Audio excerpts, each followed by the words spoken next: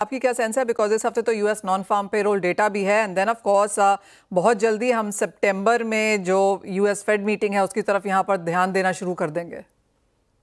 Well silver में हम काफी टाइम से बुलिश रहे हैं और fortunately silver has played according to the view and ऐसा लग रहा है कि जो मोमेंटम है वो कंटिन्यू रह सकता है बोथ गोल्ड एंड सिल्वर में।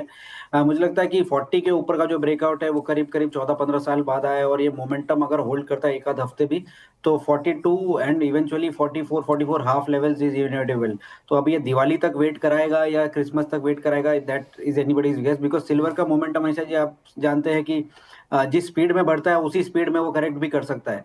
तो I wish and I hope कि ये जो मोमेंटम है ये कंटिन्यू रहे एंड मे बी एक रिट्रेसमेंट छोटा मोटा जो भी आए 2-2.5 हजार पॉइंट का which is okay welcome. But एक फ्रेश एंट्री मिलेगा इन्वेस्टर्स को मीडियम टर्म की अवधि में बाय करने के लिए 1.35 से लेके 1.40 तक के लेवल आने वाले दिनों में देखने मिल सकते हैं। नवनीत, साथ ही साथ आप मेटल्स में कैसे देखते हैं, क्योंकि कॉपर, एल्यूमिनियम, जिंक भी अगर हम पिछले एक हफ्ता पिछले एक महीने का चार्ट उठा के देखें तो थोड़ी सी पॉजिटिविटी नजर आई है। आज Nifty metal one of the best performing sectors भी यहाँ पर था, और तेजी की एक्सपेक्टेशन। वेल काफी सुस्ती के बाद में मुझे लग रहा है कि बेस मेटल कॉम्प्लेक्स में एक पॉजिटिविटी देखने मिल रहा है। आई थिंक जो एयर से वो ट्रम्प टैरिफ रिलेटेड जो भी न्यूज था डेवलपमेंट था वो now that is built in the price. हमने एक रीजनेबल करेक्शन ऊपर के लेवल से आते हुए भी देख लिया and prices have rebounded to where they are. Dollar index एक सपोर्टिव फैक्टर है जो कि करीब करीब वापस 100 लेवल से 98 के नीचे आते हुए नजर आ रहा है, जिसकी वजह से भी प्राइस पे पॉजिटिव मोमेंटम देखने मिल रहा है। सिल्वर का जो सॉरी क्रूड चाइना का जो डेटा है वो थोड़ा सा मिक्स्ड है which is also adding to the positivity. And एक बड़ा फैक्टर मुझे ये लग रहा है कि काफी सारे एसेट क्लासेस में एक अच्छा रनअप ऑलरेडी देखने मिल गया है and base metal has been a Lagarde.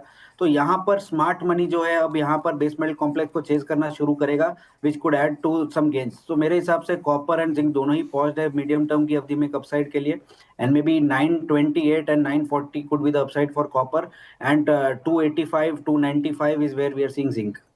Hmm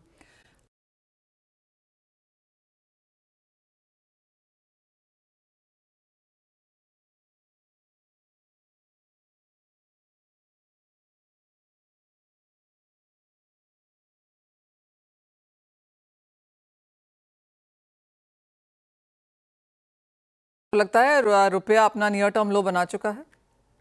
well अगले 2-4-5 दिनों में थोड़ी बहुत क्लैरिटी आएगी इसमें जब जब जीएसटी मीटिंग एक कंक्लूसिव एविडेंस पे आएगा कि किस तरह से जीएसटी कट हो रहा है और जो 1,85,000 1,75,000 के बीच के हर मंथ जीएसटी नंबर हमें देखने के आदी हो गए वो कितना ड्रॉ डाउन हो जाएगा in case of tweaking GST.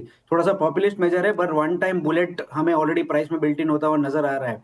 And ये जो फॉल है मनीषा जी ये इररिस्पेक्टिव कि डॉलर इंडेक्स किस तरह से बिहेव किया रूपी में एक डेप्रिसिएशन का माहौल देखने मिल रहा है। लास्ट 2 दिन में मुझे लग रहा है कि थोड़ा बहुत आरबीआई इंटरवेंशन है जो इस प्राइस को कैप किया हुआ है। बट ओवरऑल आई थिंक 8830 8840 के ऊपर रूपी जाना थोड़ा सा डिफिकल्ट है एंड वहां से थोड़ा करीब करीब 1 से 1.5 रुपए का अप्रिसिएशन बायस आने वाले दिनों में देखने मिल सकता है because of the overhang factor जब क्लियर हो जाएगा तो एक नेक्स्ट राउंड ऑफ अप्रिसिएशन आपको रूपी में देखने मिल सकेगा।